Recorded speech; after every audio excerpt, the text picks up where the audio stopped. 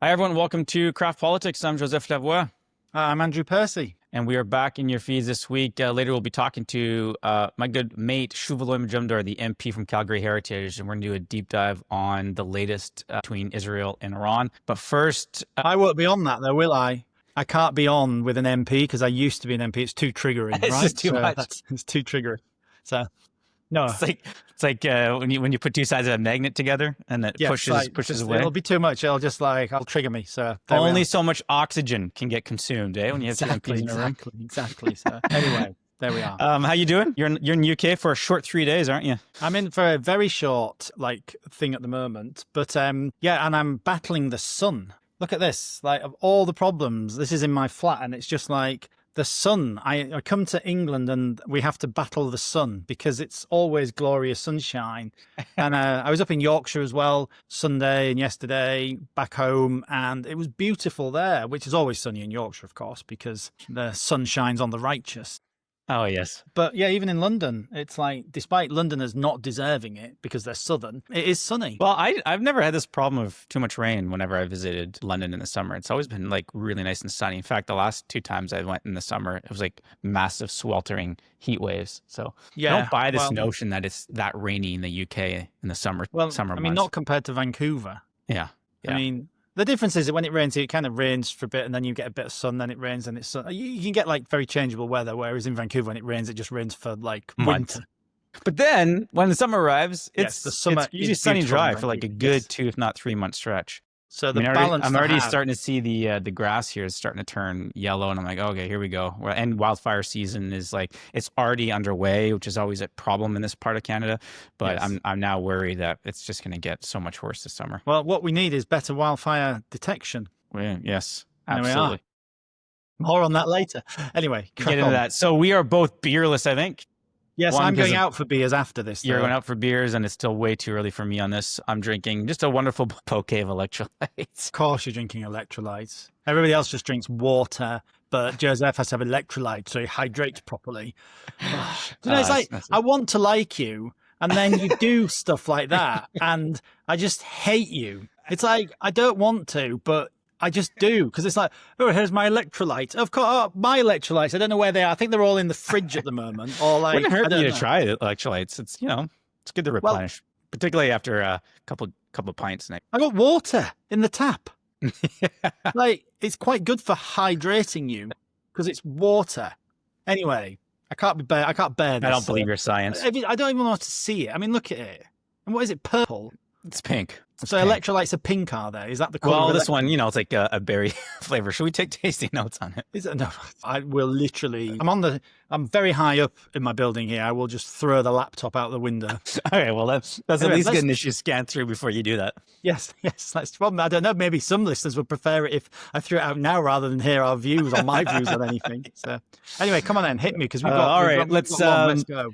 Let's start. Actually, let's switch it up. Rather than start with Canada, as we always do, why don't we start with the UK? So a couple stories that caught my eye this week. The first is the UK economy shrinking 0.3% in April. This says investment, jobs hit by tax hikes, fallout from the US trade war. And so wondering what you think of this story. Is the UK, do you think the UK economy is facing larger trade headwinds? Is this just a little blip, or do you think there's some larger structural issues here? Well, I think, there's structural issues across Western economies generally, right? We know that. Western Europe in particular, has seen very weak growth. I think here there are a number of factors, right? Although last month, I think the trade figures, the growth figures were unexpectedly high. This month, you can't look, what can you read into month on month? Who knows? But there are some other things happening underneath the surface here, which I think are, yes, the global stuff, the tariff stuff is part of that. But I'm a conservative, so I'm trying not to be overly partisan here. But a lot of business leaders here have been warning about the last year's incoming Labour government, their budget, which has increased the tax burden, has, massively put up, well, not massively, but has significantly increased the costs on businesses in a number of ways, including through tax hikes, but also other regulatory changes which are coming. So it's made a lot of, there's an employment rights bill, which is obviously going to cost employers more. So there's a lot of businesses have been warning that as a result of the new Labour government's budget, they are nervous of hiring. And you've seen that happening with, lots of companies reporting that they're just simply not considering new hires at the moment. There's been a contraction on that. Well, you're also seeing that in this week as well. The other story that caught my eye was the FT was covering this. JP Morgan's EMEA chief is moving from London to New York. It's among a wave of departures, particularly among very senior execs as a result of the UK's non-dom tax reforms. You might want to explain to our listeners who are not paying attention to this, Andrew, what that is. But it builds on this. It seems to be like a larger narrative that the business community is unhappy in the UK. There's a bit of an exodus happening. There's a bit of a contraction of the economy. It seems a bit rough. So, when you have a massive financial centre like London, Europe's number one financial centre, which of course it still is, very successful and all the rest of it, you attract a lot of, very wealthy people. And we had this arrangement, which was this non-dom fee, right? So for, I can't remember if it was 25,000, they pay tax on their income in the UK, but their global income isn't dragged into that. And it made it an attractive place to be. And these are people who come here, they want to live in London, they bring employment and all the rest of it. And a few years ago when France went after, these millionaire taxes and all the rest of it, there was an exodus of people from Paris to London. We saw the evidence of, which is why when we were in government, we were very loath to go near this, because it became a bit of a cause celeb of the left, which is, all these rich non-doms aren't paying any tax. Well, they're paying tax on their UK income, right? But they're non-domiciled here. So their other income elsewhere was not taxed here. And there was an arrangement on that. I can't remember the exact details, but I think it was 25,000 they pay for a non-dom on everything else. If I've got that wrong, forgive me. But it became a bit of a thing of the left, right? Because of course, it's like, these very wealthy people, billions of pounds of income, globally, not from the UK, any of their UK stuff. Why aren't they paying tax here if they're, blah, blah, blah, blah. And Labour, of course, has gone down this trap and announced these changes.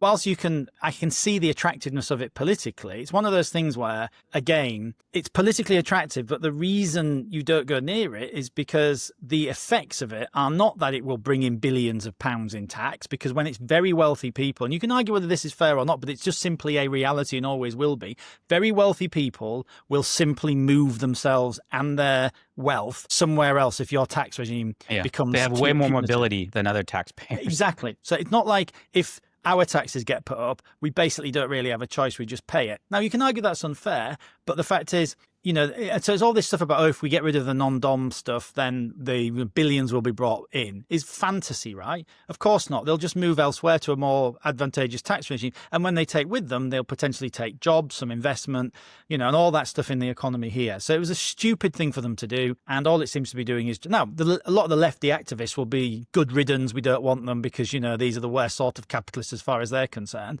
But it is economically stupid. Well, one way to get out of it is maybe to fix the trade issue with the US and at the G7. We'll come back to other items on the G7, but it seems like some encouraging news. Trump and Starmer solidified a trade deal, reducing US tariffs on UK car exports from 27.5% to 10%. Looks like it's going to benefit aerospace while broader negotiations are ongoing. What do you make of this? I mean, we seemed optimistic when they first announced the framework around this. I was in the past critical that we hadn't seen any details and wondered if it was all sort of vaporware of a deal, but it looks like it might be real, at least for the time being. Yeah, I mean, whether we can call these really proper deals, I don't know. We call them agreements, right? They're trading agreements. Look, again, I'm now going to give the new Labour government some credit, because I think they've handled Trump quite well. They haven't, because you would have expected, given what lots of them who are now ministers had said about Trump in opposition, even demanding that we cancel his state visit when we were in government. They've actually handled him quite well. They haven't got into overly emotive language.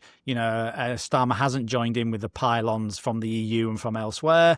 And I think that was a sensible thing. They've decided that, try and, want to get to a position where we protect all of our economies in the more sensible. So I think they've done the right thing on this. Look, there's still this 10% tariff is going to be applied, and it's still unclear, I think, around steel. So this is not perfect, but I think the fact that he's been able to get something that will, certainly deal with the worst of these proposed tariffs is to be welcome. And of course, we've also seen today, another win for Starmer, you can argue, is that Mark Carney and he have agreed to create a UK-Canada trade working group to try to flatten out some of the existing trade barriers that are still in place. And also, and I think this is the more interesting part of it, security cooperation. I think we talked about this previously, where I said I think the fact that you have two nominally left of centre leaders starting new mandates with a very similar outlook on the world, both seem relatively secure in their positions, and both committed to increasing defence spending.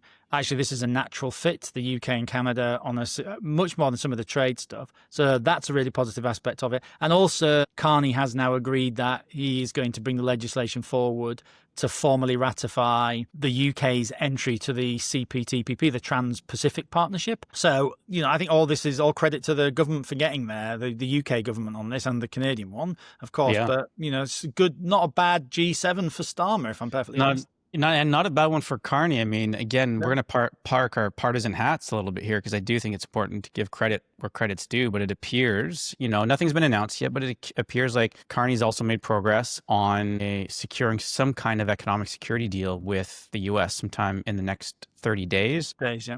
Looks like that can touch on security cooperation, critical minerals trades. And obviously, this has been the topic du jour since pretty much the day we launched this podcast back in January, that this prime minister has to find some type of agreement with the U.S. Our economy is so dependent on it. Desires not with spending on us, diversifying our trade, but we do have to have something in place with the U.S. There's we talked about the 10% tariff number in the UK being obviously much better than 27.5%.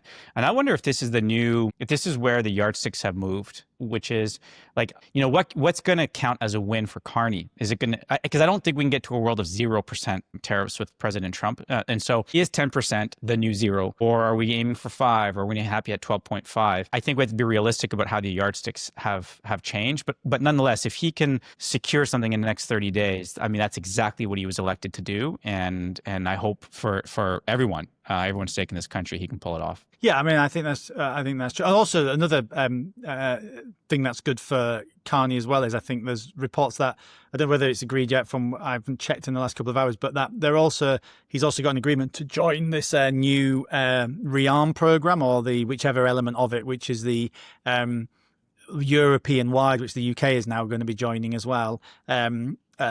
For defence procurement. So if Canada becomes a member of that is another win for him, because obviously it gives Canadian arms, defence companies rather, access to that procurement as well, and makes it a lot easier for cooperation and joint procurement and stuff like that. So potentially, not being bad for him either. So I mean, do you have any predictions? You have any predictions on what Carney what trade-off he needs to make to secure that deal in the next 30 days? I mean, yes and no, right? But I mean, the problem being that we just never know, though. Like, this has been said now. We don't know in 2 weeks' time, the president could be tweeting out again that he's putting steel tariffs to 75%. I mean, that whole thing, he'd done this agreement with Britain, and then we had the steel stuff come out, which was, and were we exempted, weren't we? It was all a big mess. But I mean, he's going to have to give him something, right? So, I think the security cooperation stuff is a thing that, that Trump is clearly very interested in. So maybe there'll be something around the increased spending that will be a trade-off. He's obviously going to have to, the idea that we get a zero tariff agreement seems a bit fanciful, because we know Trump loves tariffs. Yeah. He's been banging on about them since he's pretty open about that in his public statements and his bilat with Mark Carney. Is he going to get to a situation where he agrees to not have tariffs with people he said are the worst offenders? Maybe it'll be sector based. I mean, you'd have to think that it's, the auto industry, if there's going to be an industry that's exempted, or, surely auto has to be one of the ones where, just because of the integration. I don't know, maybe there'll be, some, you have to give Trump some victory on something. So, and I think tying it to the defense spending and to security is really key, because if he's able to say, I've got a commitment to 3% out of the Canadians, and this and that, and some stuff on the border, and we've agreed some infrastructure on the border, and we've agreed blah, blah, blah.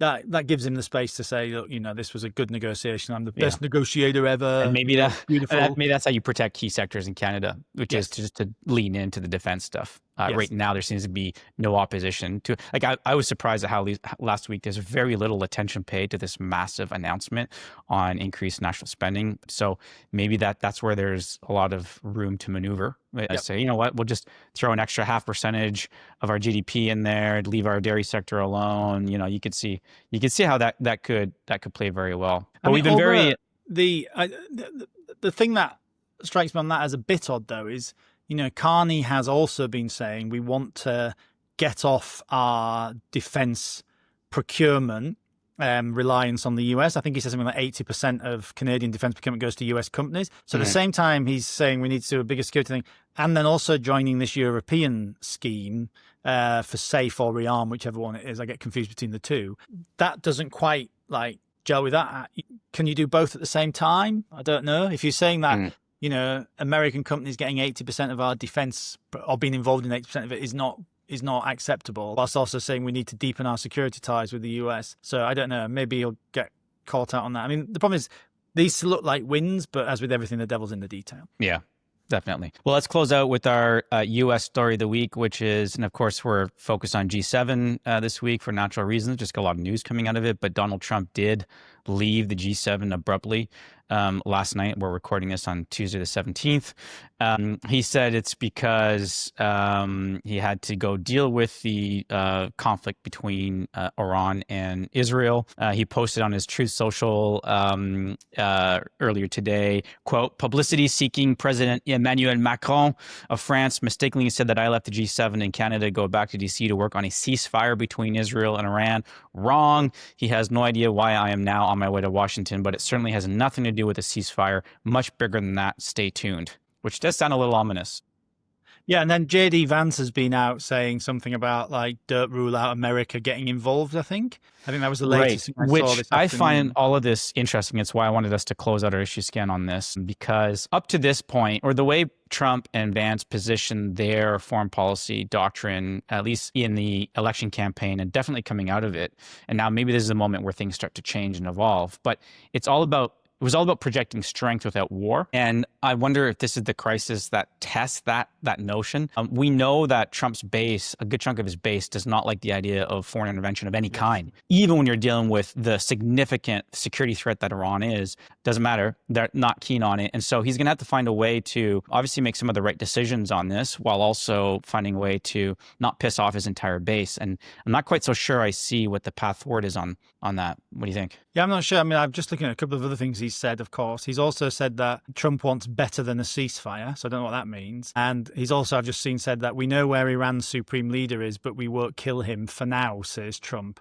I'm like, this is all very strange considering he was, there's reports over the weekend where that he told the Israelis that they can't kill the Ayatollah. So sorry to throw those two in there, but I think it's all in analysing any of this, everything's so confused, right? Again, the messaging from the White House is, I don't know what their view is on this. I mean... Well, I wonder how much of this is a play for him to demonstrate that he's a strong man in this whole thing, right? Just because obviously there was a perception in the first couple of days that Israel kind of did this on its own. Yes, they gave Trump a little bit of notice, but not a whole lot, if you believe some reporting. Then he tried to appropriate it as if it was all kind of sort of his brilliant idea. And now, you start to wonder if it's just the more that Israel executes on what appears to be, by their own words, a 14-day campaign on this, if it doesn't look like he's somehow involved, does it make him look like a weak man? And so maybe it's all some ploy. It's all some play to just keep himself relevant in this. Of course, I'm not suggesting the U.S. is not relevant. And of course, there's a whole much more at play when you're talking about security considerations like this. But he likes the attention. And maybe this is what he wants to be in the news for this week. Yeah. No matter how productive or not it is. And maybe, from Israel's point of view, it seems to be going quite well in terms of, look, it's not been... Their messaging has been very strict and disciplined, I think, which I've quite liked, because I saw one of their ministers did say something stupid about bombing Tehran and then clarified very quickly afterwards. So this has very much been, this is about, I think for Israel, this is, one, they're doing the world a favor in terms of preventing, and when we say Iran, it's always horrible because it sounds like we're saying about Iranians. We know Iranians hate the regime, very many of them do. It's this regime, it's the regime, right? Them having a nuclear weapon is not great. It's funny though, because it just shows the slight aside, the utter nuttiness of some of the left on this. The campaign for nuclear disarmament in the UK had put some tweet out sort of supporting Iran, being supportive of Iran. And you're like, you are the campaign for nuclear disarmament. Whatever else you might think of Israel, this is a campaign to stop someone getting a nuclear weapon. This is a campaign against nuclear armament. So you should be, but you just think that, but because the hate for Israel is so intense that even when they're trying to stop someone get nuclear proliferation, which is what this group exists for, they're like, no, we must support Iran. Anyway. Well, we're already seeing in Canada. So I don't want to get us distracted because I want to save a lot of this for the interview with Shuv shortly. But you're already seeing some groups in Canada organizing around rallies, hands off Iran. Yeah.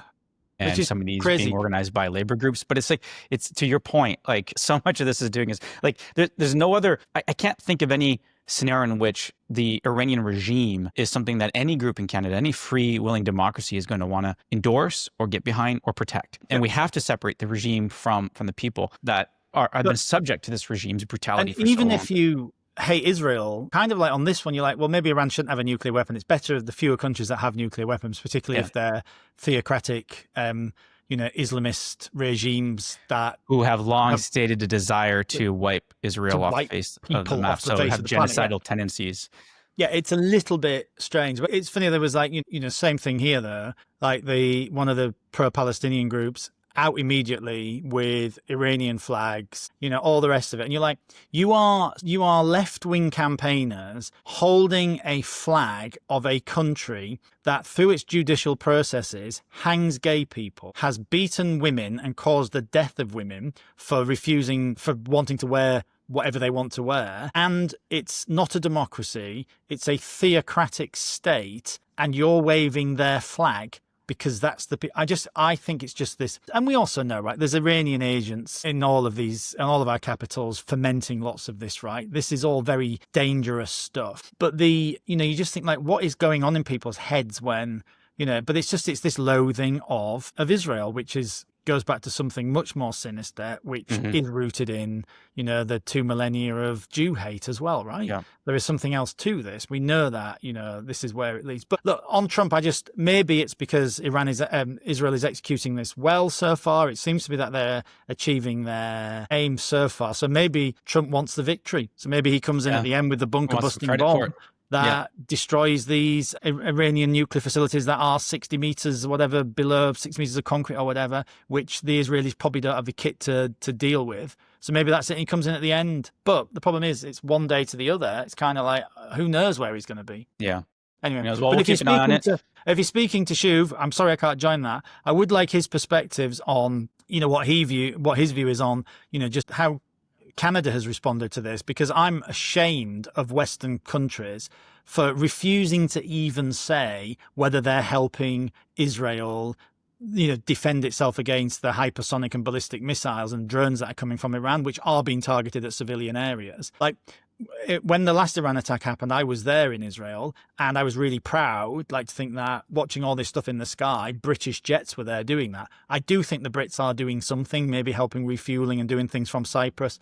I strongly suspect that's happening, but the fact no one's saying it publicly is, I think, just whatever we might think about anything else going on, whether you on whatever side you think on Gaza, whether you think some of these actions are things like these guys. This is an Iranian regime bombing an ally and targeting civilians, and we're not prepared to send and say that we're out or we're going to help defend Israel against Iran. Well, the first thing to us, for at least on the Canadian side, to call for de-escalation. What the fuck does that mean, right? De-escalation what? De-escalate so that we just carry on telling Iran they shouldn't have a nuclear weapon, but every month let them continue to and a bit closer. And then when they finally have one, we go, oh, by the way, would you please de-escalate? I mean, it's just Israel is doing the world, whatever you think on anything else, whatever you think about the Israeli government, the conflict in Gaza, the Palestinian issues there. Like, the one thing I think we should all agree on in the West is that Iran getting a nuclear weapon, this Iranian regime getting a nuclear weapon, is a bad thing. Yeah, bad thing. Why are our governments not out saying that? Anyway, that would be what I'd be interested in. Anyway.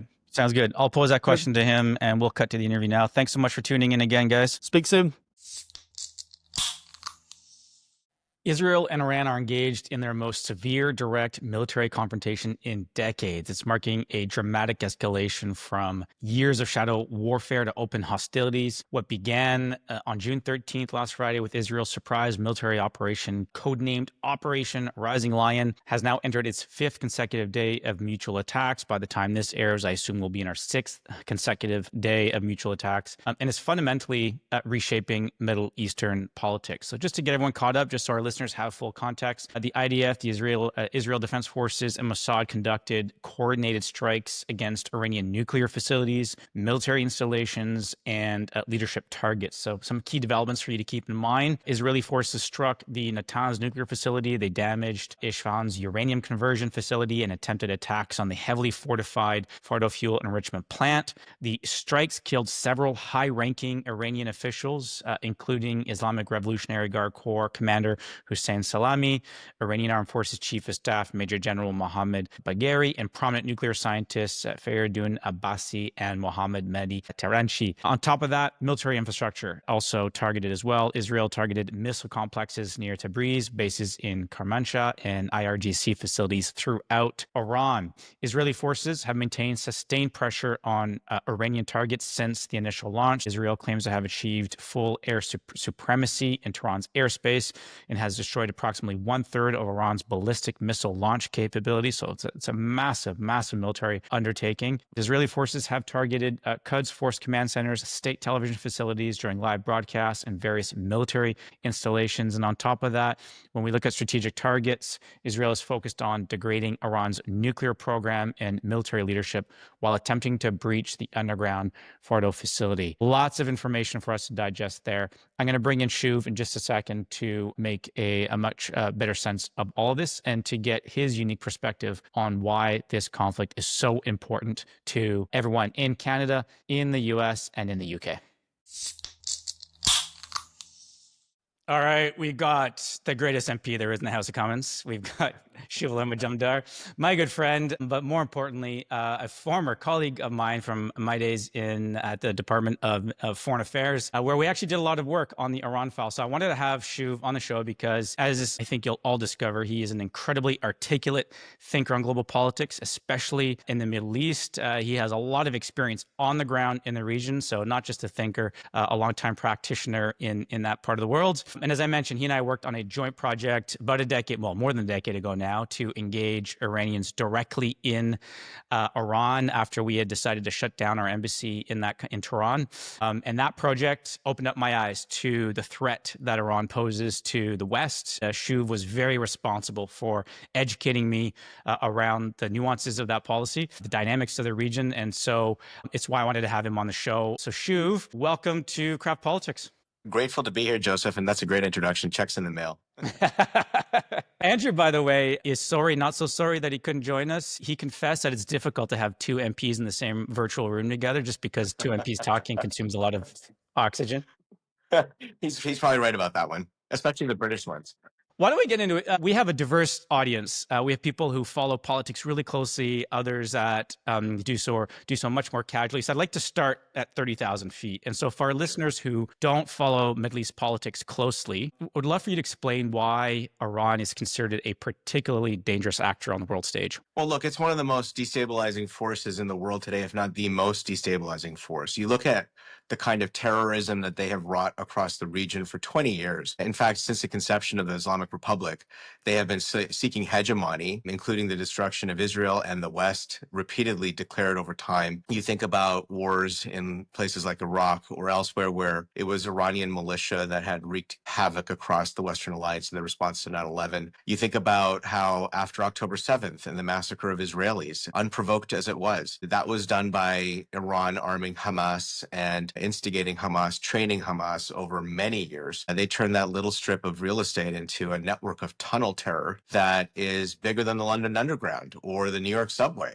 That's just, their adventures of terrorism. Iran has also spent a lot of time upgrading the capacity of terror proxies, whether it's Hezbollah north of Israel inside Lebanon and how much of a mess Hezbollah has made of Lebanon at large, backing Syrian dictator Bashar al-Assad and his massacre of hundreds of thousands of Muslims, his use of chemical warfare. He took a tribe in Yemen, the Houthis, and militarized them to the point where they have had massive poverty issues, massive hunger and starvation issues over decades. Yet they have these incredible drone and ballistic missile capacities that can reach Israel or disrupt international commerce in the Red Sea region, as they have since October 7th. So you start with the kind of destabilization that Iran has been fomenting across this vital piece of geography, the Middle East, the Red Sea region, in which so much of international trade goes through. Add to the layer of how Iran and its regime has been focusing on its own development of military nuclear capability. Now, they've seen what North Korea and other nuclear powers have enjoyed, in that attaining nuclear power assures regime stability. It basically, for them, buys a ticket for the long-term maintenance of their regime and their apparatus over their state. What has happened in the last days is nothing short of stunning. I mean, first you have the response from October 7th, but what was a trigger point that we have seen that the Israeli Defense Forces felt compelled to take the actions that they have is that Iran, for the first time in 20 years, decided to pursue military-grade nuclear enrichment. They were weeks within 10 nuclear warheads, shredded apart negotiations with America and everybody else, and made a sprint. And so for the country that faces the most existential threat by that, Israel, they had no choice. They know that whatever price Israelis have to pay, ensuring that the regime does not have nuclear capabilities is a red line that they just simply cannot cross. And so we have seen the actions, remarkable as they have been, I'm sure we'll get into it a little bit, over the last days. We've seen with horror how while Israel attacks military installations in Iran, the regime in Iran has no compunction attacking civilian neighborhoods in Israel, which is a feature of the characteristic of the regime since the very beginning. They don't care about civilian life. They care about a deeply ideological hegemony that is unstable, radical, and if nuclear, would have been a danger that the world just could not tolerate. We have, our listeners are spread between Canada, the UK, and the US. And I think it's very easy for those of us living in those jurisdictions who are oceans removed away from this conflict to not understand why it's so important and what's at stake. Do you have a perspective on how Canadians, Brits, Americans may feel the ripple effects of Tehran's ambitions, ultimate ambitions, if it isn't kept in check the way it looks like it might be coming out of this conflict? Well, Tehran's ambitions have been spread across the West, including in these three countries. Tehran has tried to conduct assassination attempts in the United States of the present sitting president, but also of other diplomats in Washington. Tehran has snow-washed its money. It's laundered its money through Canadian real estate and capital markets. Iranian regime agents tend to treat Canada as a retirement paradise for them to escape accountability and at the expense of their own people. We know that Tehran and the regime agents have been using London's International Finance Center as well for the kind of mischief they're up to around the world. So Tehran's already been encroaching in the West. I mean, even in places like Venezuela or across the Americas, we know that the regime's clandestine efforts and its agents work closely with international drug trafficking cartels and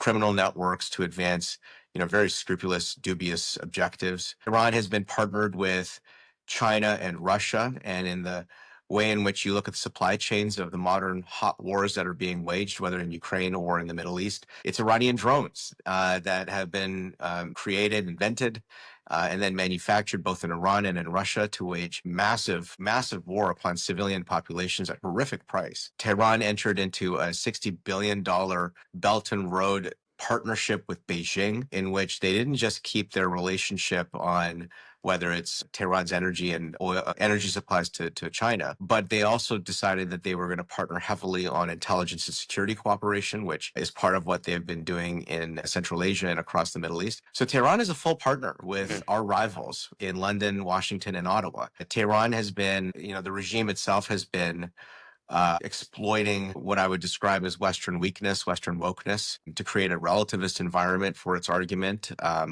They've taken the West's best intentions and paved a road to hell in the region. And so in so many ways, there's a tolerance level for that kind of mischief that we've all endured for 20, 25 years. But a nuclear breakout is thinking about taking all of what I just described and putting it onto steroids. Right. Imagine Iran doing that as a nuclear power. And I think for all of us, that is a risk that we should be grateful to the state of Israel for for mitigating and preventing with the decisive actions they've taken in the last week. Yeah, and it's the part that seems to get lost often, I find, in the coverage on this whole debate, or on this whole war rather, is the fact that this regime has been absolutely clear about what it ultimately wants to achieve, right? Which is to wipe Israel off the face of the map. I mean, we often those of us who are staunch defenders of Israel often get accused of exaggerating the degree to which that Israel faces an existential threat. Well, every single time a proxy group says that they're going to go on the attack and go after Israel, they tend to actually deliver on their promise. Yeah. And so you're right. If you're days or weeks away from becoming a nuclear power with weapons grade uranium, that is a sizable threat, not just to Israel, but I would say to just Western values if Iran is actually able to leverage that influence all of a sudden in that way. Yeah, I mean, we're talking about an unstable, chaotic regime wreaking instability and chaos at a whole nuclear level. Which is, you know, it's a piece that hasn't been said enough, I think, is the degree to which we should be thanking Israel for what it's been doing in Iran. Do you have a perspective on, you know, the other thing I've seen in the literature too is why now? Why does Israel feel a sudden need? You've made mention of the fact that, you know, it depends who you believe, obviously, but that Iran was getting much closer to getting weapons capabilities on the nuclear front. Can you explain to us, give us a better view of the dynamics in the region that got to a point where Israel felt now is the moment to strike the way it has? The Iranians themselves declared it. I mean, not only did the International Atomic Agency for Inspections declare for the first time in 2 decades, in 20 years, that Iran is not compliant with their inspections regime. I mean, think about how important that is. For the first time in 20 years, they declared that Iran is not compliant with inspections. Second, the Iranians went out and declared that they were going to militarily enrich their uranium. Third, you know, we hear through reporting that Iran has assembled all of the component parts it required to put together a nuclear missile. And that's not just the ballistic technology, it's the payload technology, and then having enriched uranium would be the final piece of it. So having done this, having made these declarations and these decisions, they had been in negotiations with America. They've been warned that there would be no tolerance for a nuclear Iran, and they decided, you know what, maybe the West is not something that's going to take this that seriously, and we're going to go for it. They went for it. I think they saw a highly choreographed partnership between America and Israel, and the leaders of both of those countries create a sense of discord where actually there was none, in the sense that America and Israel had been regularly communicating about a lot of these things already. Prime Minister Netanyahu had began organizing the pieces to take out Iran's nuclear capability, its breakout capabilities. President Trump had done something very similar. And so just in an open display, our partners were able to put in place the assets that they needed to around the region to be able to deal with it. We should credit Israel because they'd been planning for this scenario for a very long time, and they obviously had long-term assets inside Iran. They were probably more acutely aware of the risks to Israel after the recent waves of ballistic missile attacks upon Israel by Iran, which was precedent-setting, escalatory, very, very dangerous things. So they were prepared to take the decisions that they needed to. And subsequently, they've wiped out, you know, the entire upper echelon of the IRGC. They've degraded Iranian ballistic capacities to a great deal. Of the 2 nuclear sites, Natanz now seems to be degraded quite substantially, if not destroyed entirely. Fordo is harder. It's under a big mountain. And while I do believe the Israelis might have some of the capabilities of doing it on their own, you know, the B-2 bomber and its payload of bunker busters is more effective. And we are now in these hours of watching American deterrence in Iran and seeing what the decisions might be that they take. I'm trying to figure out what the American response is at the moment. You know, it's because it seems to have been fast moving in the last 24 hours since Trump left the G7. Right. It feels like there was a bit of a consistent response the last time Iran threw missiles Israel's way. What's your take on the response to date from particularly Canada and the UK, potentially France as well, particularly I'd say in the first 24, 48 hours after Israel launched this mission? You know, we've talked de-escalation in the public debate. There's an article that I'd commend to you, Joseph, and to your audience. It's by Rudyard Griffiths and Sean Spear, who in the Canadian platform, The Hub, just described, I think, this discord that we have about the language and lexicon of de-escalation. You know, the first wars of this century in Iraq and Afghanistan were largely managed, as H.R. McMaster has described, as 21-year wars managed between bureaucratic divisions of allies that were not actually focused on the kind of victory that people deserved. It was a hugely, in so many ways, devastating product of these two wars. So much cost, so much capital, so much treasure. The people who went to go fight these wars are often from blue-collar, working-class families who, at the end of the wars, don't have the kind of reparations or the support that they need to succeed in our collective societies, whether it's the British in Helmand, the Canadians in Kandahar, the Americans across Afghanistan and Iraq at large. The price was heavy. And so today we see a hangover of all of that policy, of that neoconservative ideology that ultimately failed in so many ways, and a hesitance to get ensnared in and entangled in long wars. And so on one side, you see a desire to say, listen, it's not anything to get it. We should not get engaged in anything. It's not our war. But if, certain actors are allowed to act without being mitigated, without being deterred, then they become our wars, as we've described earlier in this chat, in a very big way. And on the other side, you have an elite equivocation, this idea of both sides, dispensation of actual truth and fact for the sake of stability. And often what we've seen is that that's basically a modern way of appeasement. It's modern appeasement policy that says to our tyrants, to our rivals, that they can take these escalatory steps year in, year out. They can introduce a hot war onto Ukraine. They can introduce a war on Israel, and they can keep inching forward and building gains like in Afghanistan and elsewhere, and exploit that. That just emboldens them. And it creates more bloodshed, more economic instability, more fragility, none of which is tolerable when you think about what our Western demands and needs are right now. We need to enter a period of high growth, more decline and more division. So, I actually think that, the prime ministers of the United Kingdom and Canada, the president of France, they've been weak right out of the outset on dealing with Iran as a threat as it is. They've been weak when it comes to Israel defending itself, its right to existence from genocidal terrorist death cult in Hamas.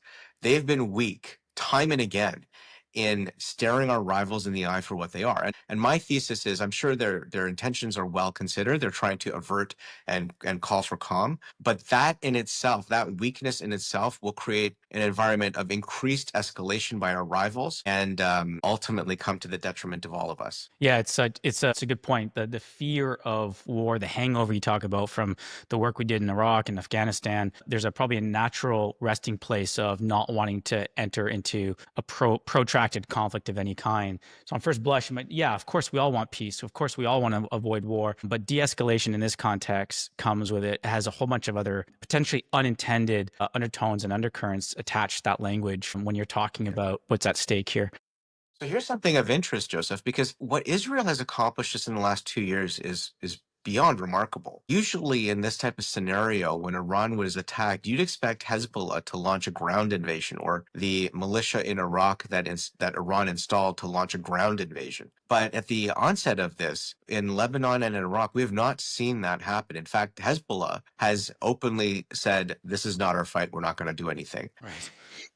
In Syria, we've seen the displacement of Bashar al-Assad, the diminishment of Russia's presence in the Syrian airspace and with the Syrian army. But now that there's, we see in Damascus a leader who has said that his airspace is open for Israel to stop Iran from launching rockets upon the region. These are extraordinary acts. Now, what Israel accomplished by decimating the Hezbollah leadership in its pager operation was a remarkable intelligence feat that people will talk about for generations to come. The way in which you see the Syrian leader deposing Bashar al-Assad through trained militias that went in decisively and just removed him very quickly, it's showing to us that with a little ingenuity, with actually, I should say, a lot of ingenuity, with strategic clarity, you can accomplish outcomes that are good for the people of these places, that are resonant with what the people of these places want, without long, mired military campaigns and conflicts that are incredibly costly. I mean, Israel is a country of 10 million people. It doesn't have the capacity to wage expensive, long military invasions. And I think that's something that we should be inspired by, as Sean Spear and Rudyard Griffiths had written.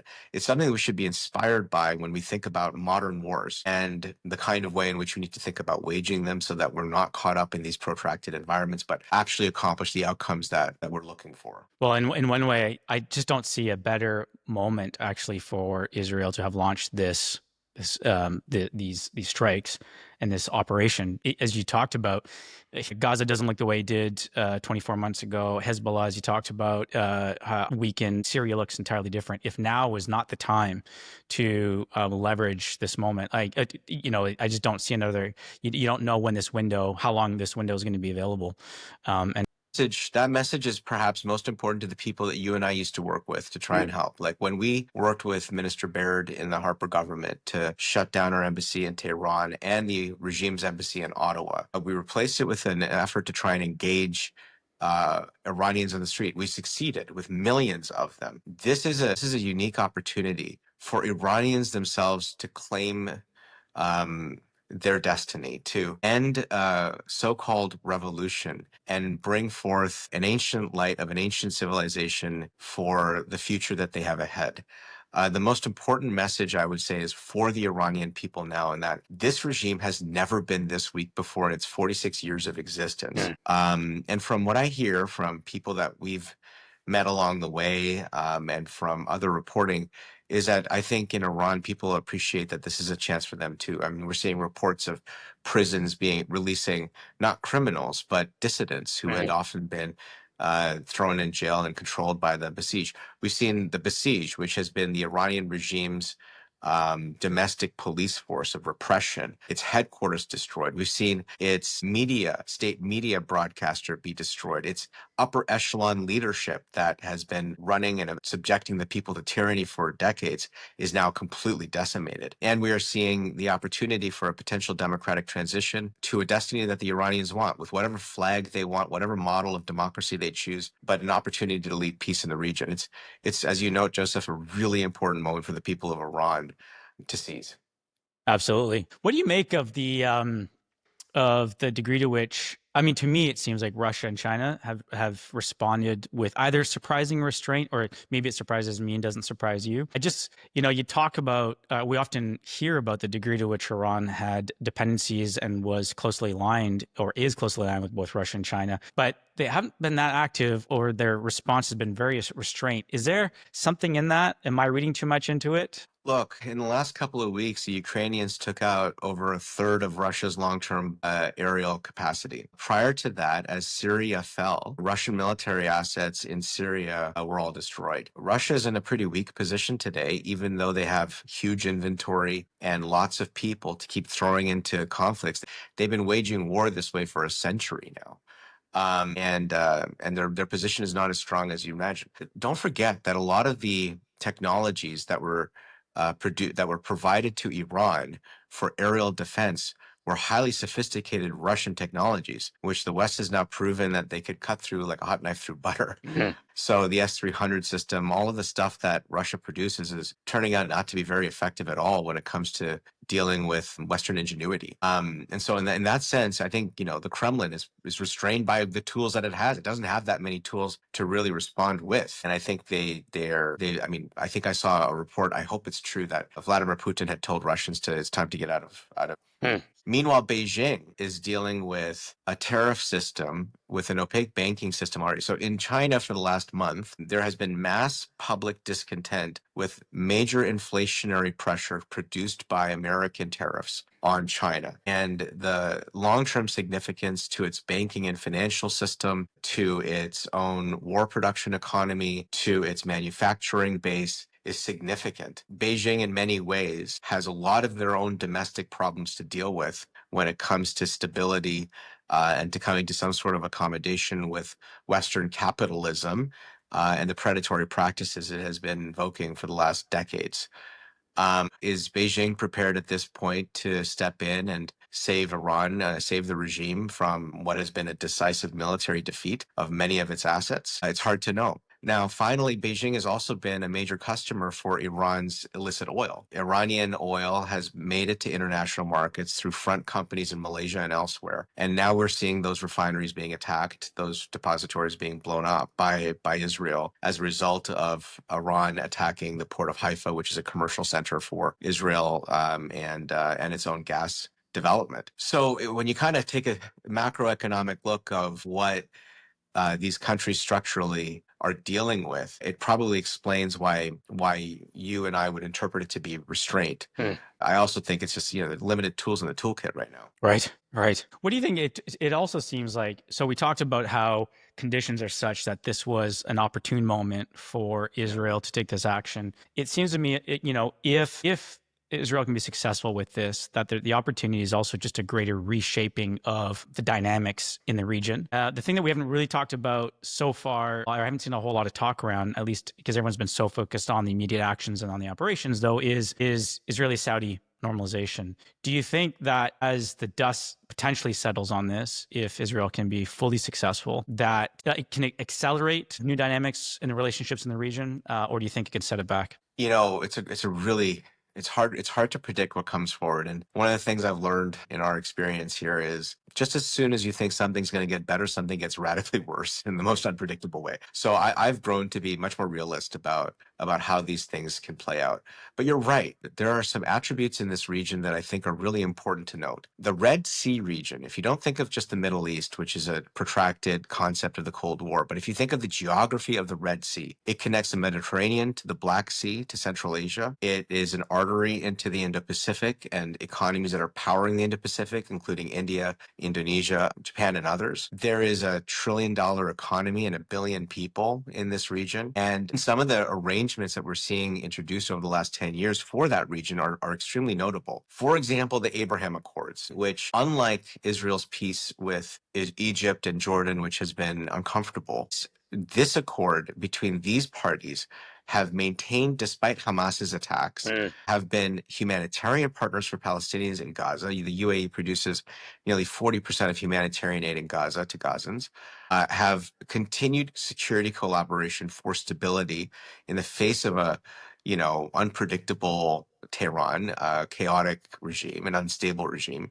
Even the reforms within the Kingdom of Saudi Arabia itself in the last 10 years are nothing short of remarkable. They've made a decision to dispense with the dogmas of the past and to pursue modernity in the future. They've done it on their own with their own decision making. Privatization, partial privatization, their public listing of Saudi Aramco is forcing better governance of one of the biggest companies in the world. And so you're seeing massive tectonic shifts. Introduced to that, the partnerships built through things like India, Israel, United Arab Emirates, and the United States, the I2U2, which are talking about collaboration along the same lines of the Abraham Accords itself. There was an India-Middle East economic corridor that was discussed in the G20. This is just before October 7th. It was a massive announcement of major infrastructure with rail, pipeline, marine, and aerial connectivity across a region that goes from the Red Sea into the Indo-Pacific that will be the driver of global growth for the next half century and really rivals what I think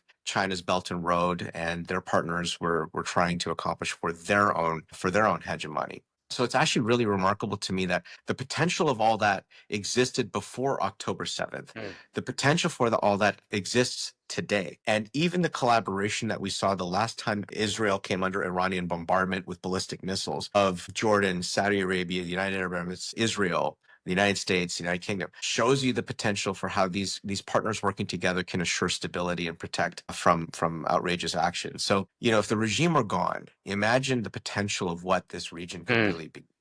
If the source of that perpetual instability for 4 decades disappears, it's been the source of instability for 4 decades. If that disappears and you have all of these populations and places focused on modernity rather than medievality, there is so much potential for progress for all humanity. For Canada, it's an incredible opportunity because so much of what we do can be useful to the growth of the region. It's the dream that I think we all hold, despite the perils of what I described earlier, which is the second we make progress in one direction, something happens and we kind of fall backwards a bunch of steps. But But it is good to hold on to those ideals and those hopes that could be realized. My bucket list item is, before I die in my lifetime, to be able to go on a 10-day vacation inside of Iran and really take in Persian culture, because I think that'd be incredible. We're not there yet, but Listen, it's an ancient. It is an ancient. In a cracked